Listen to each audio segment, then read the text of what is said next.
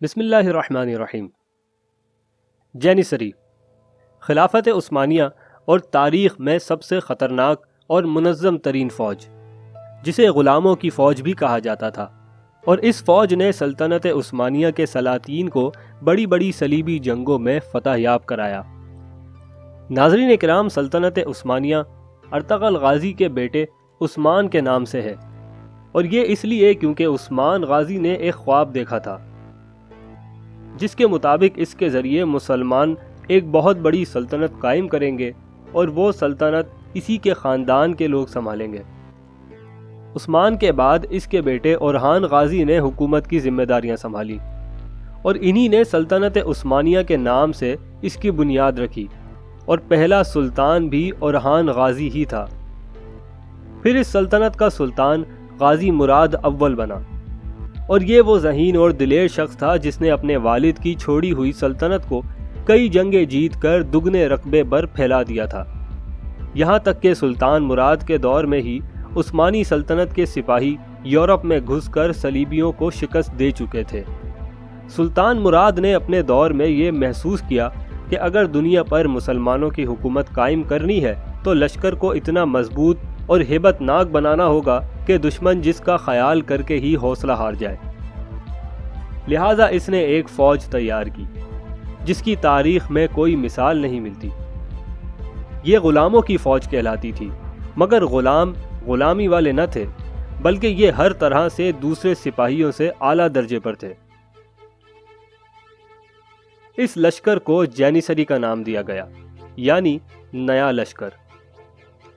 یہ شروعات میں سلطان کے محافظ اور پیادوں کے طور پر کام کیا کرتے تھے، اور یہ دنیا کی واحد فوج تھی جو 14ویں صدی میں تیار کی گئی، اور 1826 میں ان کی بغاوتوں کی وجہ سے سلطان محمود ثانی نے اس کا خاتمہ بھی کر دیا۔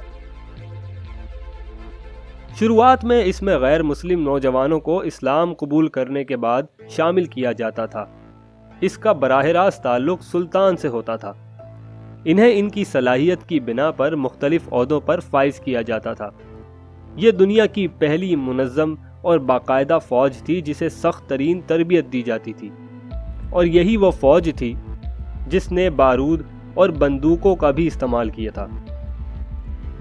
یہ فوج لڑنے میں تو مہارت حاصل رکھتی تھی، ساتھ ساتھ زمانہ امن میں فلاح کے کام بھی سر انجام دیتی تھی، آگ بجھانا، سڑکیں بنانا اور دیگر انتظامی کام بھی، اور ان کے منفرد ہونے کی وجہ سے ان کا لباس بھی بہت منفرد ہوا کرتا تھا۔ جینیسری عثمانی حکومت میں اپنی اہمیت سے بخوبی واقف تھے، اور اسی لیے انہوں نے کئی مرتبہ بغاوت بھی کی، جن میں پہلی بغاوت تنخواہوں میں اضافے کے لیے 1449 میں کی گئی، جس میں ان کے مطالبات تسلیم کیے گئے۔ 1451 کے بعد وہ ہر نئے سلطان سے انعامات و اکرامات اور تنخواہوں میں اضافے کا مطالبہ کرتے۔ 1566 میں سلطان سلیم ثانی نے جینیسری کو شادیاں کرنے کی بھی اجازت دے دی۔ 1622 میں جینیسری نے بغاوت کے دوران سلطان عثمان ثانی کو قتل کر دیا، جو اصلاحات کرنا چاہتے تھے، مگر جینیسری ان اصلاحات کے حق میں نہیں تھی۔ یوں آہستہ آہستہ 18ویں صدی کے اوائل میں جینیسری حکومتی معاملات میں مداخلت کرنے لگے، اور انہوں نے اچھا خاصا اثر و رسوخ قائم کر لیا۔ انہوں نے عسکری تنظیم کو جدید بنانے کے اقدامات کی مخالفت کی، بلکہ اپنی محلاتی سازشوں کے ذریعے سلطانوں کو بھی تخت سے ہٹانے لگے۔ اس تمام صورتحال میں محمود ثانی نے جینیسری کے خاتمے کا تہیہ کر لیا۔ 1826 میں جینیسری نے محسوس کیا کہ سلطان نئی فوج تشکیل دینا چاہتا ہے، اور 14 جون 1826 کو انہوں نے استنبول میں بغاوت کر دی، لیکن اس مرتبہ فوج اور عوام ان کے خلاف ہو گئی۔ سلطان کے گھڑ سوار دستوں سپاہیوں نے انہیں چھاونیوں میں جا لیا اور توپ خانے سے ان پر گولہ باری کر دی، جس کے نتیجے میں جینیسری کی بڑی تعداد ماری گئی، اور اگلے 2 سال کے اندر اندر ملک بھر سے جینیسری افواج کا خاتمہ کر دیا گیا۔ جینیسری کے خاتمے کو ترکی زبان میں واقعہ خیریہ یا وقائع حریہ کہا جاتا ہے۔ دوستو، امید کرتا ہوں کہ یہ ویڈیو آپ کو پسند آئی ہوگی۔ اگر پسند آئی ہے تو اس ویڈیو کو لائک ضرور کیجیے، اپنی فیڈ بیک کا اظہار ہمیں کمنٹ کر کے ضرور بتائیے گا۔ میں ملوں گا آپ سے اگلی ایک اور انٹرسٹنگ ویڈیو میں.